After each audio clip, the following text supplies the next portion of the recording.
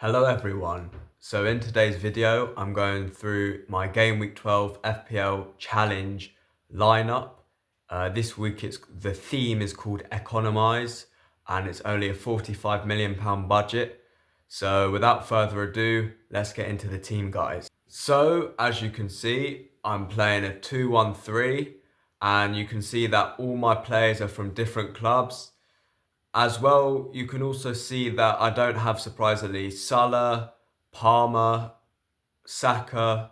So I know you might be surprised by my approach to this week. However, because the budget's only 45 million for game week 12, it means that each player averages 6.4 million pounds as a seven-a-side. So Salah, Saka, Palmer, they're too expensive for me to have an overall well-rounded team. And I know that Salah's probably going to bag a hat-trick knowing I've just said this against Southampton this weekend. But then I won't have as well as an all-rounded team as I do currently now. And I think with my team that you can see on the screen, I actually think it's a pretty solid team for this game week. And analysing each player one by one, starting with Nick Pope, West Ham at home. I feel like looking at all these fixtures this week, actually there's not a lot of fixtures that you could think, oh, this team will definitely keep a clean sheet. But I actually think that Newcastle being at home, they're such a brilliant team at home. Their fans, create a fortress at St James's Park, and their defensive record isn't bad, and they're a real tight team unit. They're a very aggressive team. They don't let teams keep the ball there too easily at St James's Park. And also with West Ham, I feel like they're going to be dominated, and they potentially won't score any goals, hopefully. So that's why I've gone for him in goal. And I've got two at the back of Luca Digne and Virgil van Dijk. I think Van Dijk is a safe option against Southampton away. Liverpool are in brilliant form at the moment. It's top v bottom in the league. And I wouldn't be surprised if Virgil van Dijk keeps a clean sheet, gets me those good 6 points, and perhaps even more potentially.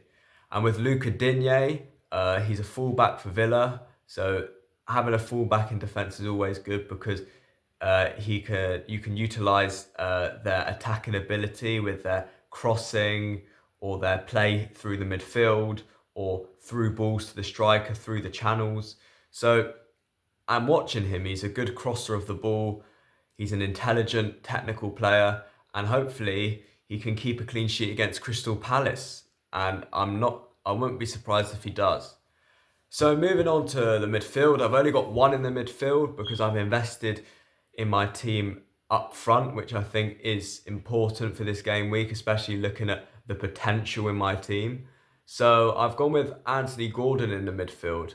And the reason for this is he's got West Ham at home. I think this is a brilliant fixture for Newcastle to score goals. West Ham are in a really rough patch at the moment.